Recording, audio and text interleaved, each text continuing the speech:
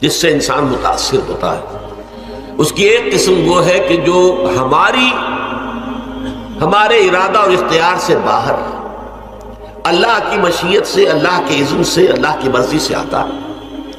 اس کے لیے ہمارا کام صرف برداشت ہے۔ جو شے بھی ہمیں برداشت کی صلاحیت عطا کر دے وہی اس کا علاج ہے۔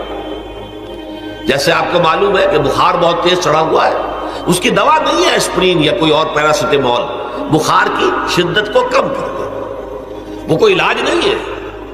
علاج تو ہوگا اگر معلوم ہو کہ کون سے جراثیم ہے، کس کی وجہ سے ہے، اس کا صحیح اینٹی بایوٹک کون سا ہے، وہ علاج ہوگا۔ یہ علاج نہیں ہے، لیکن اس کی شدت کی کمی اور اس کے اندر جو احساس ہے جھیل جانے کا، وہ انسان کے لیے آسان ہو جاتا ہے۔ یہی مضمون آیا ہے سورہ حدید میں بھی، ما اصاب من مصیبت فی الارض ولا فی انفسکم، یہاں کھول دیا اس مضمون کو۔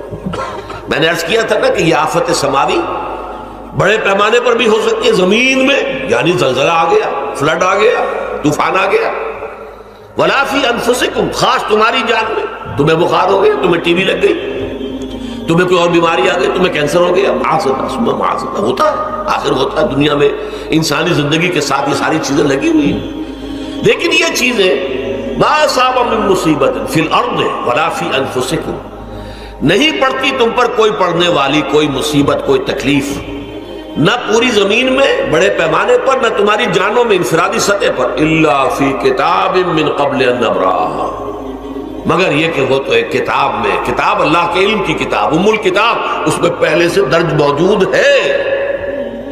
یہ الٹ اپ نہیں ہو گیا، یہ اچانک نہیں ہو گیا۔ آپ اچانک سمجھتے ہیں کہ صاحب میں تو جا رہا تھا، اچانک ٹرک نے آ کے مجھے دھکا مار دیا۔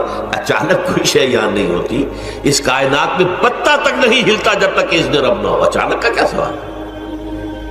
تو در حقیقت جو ہوتا ہے وہ اللہ تعالیٰ کے علم میں پہلے سے ہے، علم کامل، ما کان وما یکون، جو کچھ ہوا جو کچھ ہوگا، مستقبل، ماضی، کل کا کل، آنے واحد میں اللہ کے علم میں موجود ہے۔ لہذا یہاں اچانک کچھ نہیں ہوتا، جو بھی آیا ہے اللہ کے علم سے آیا ہے، اور یہ پہلے سے اللہ کے علم کے اندر موجود تھا، لکھا ہوا تھا، الا فی کتاب من قبل ان نبرأھا ان ذلک علی اللہ یسیر۔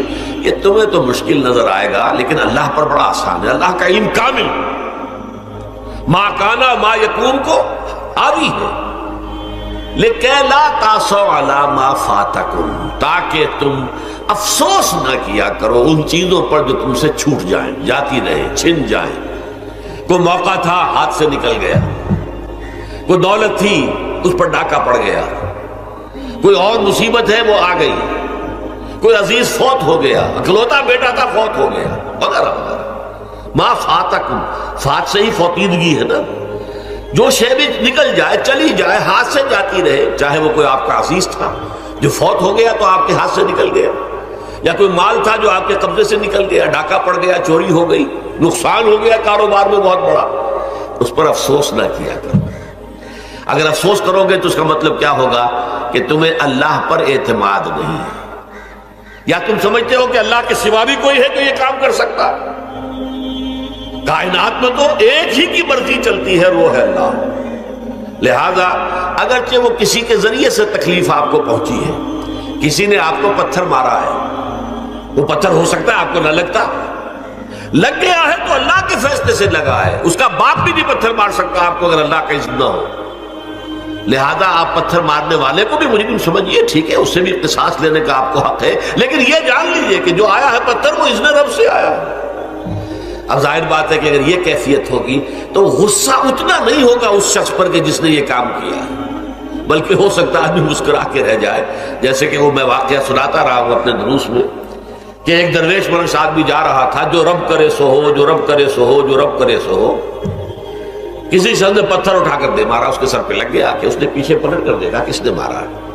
اس نے کہا مجھے کیا دیکھتے ہو، جو رب کرے سو ہو، یہ تو رب کے مارنے سے۔ اس نے کہا مجھے تو یہ پتھر رب کے مارے ہی لگا ہے، لیکن میں دیکھ یہ رہا تھا بیچ میں کس کا منہ کالا ہو گیا، اپنے لیے کس نے ایک گناہ کما لیا، اپنے لیے کس نے ایک مصیبت جو ہے وہ مول لے لی، وہ بیچ میں تم آ گئے ہو۔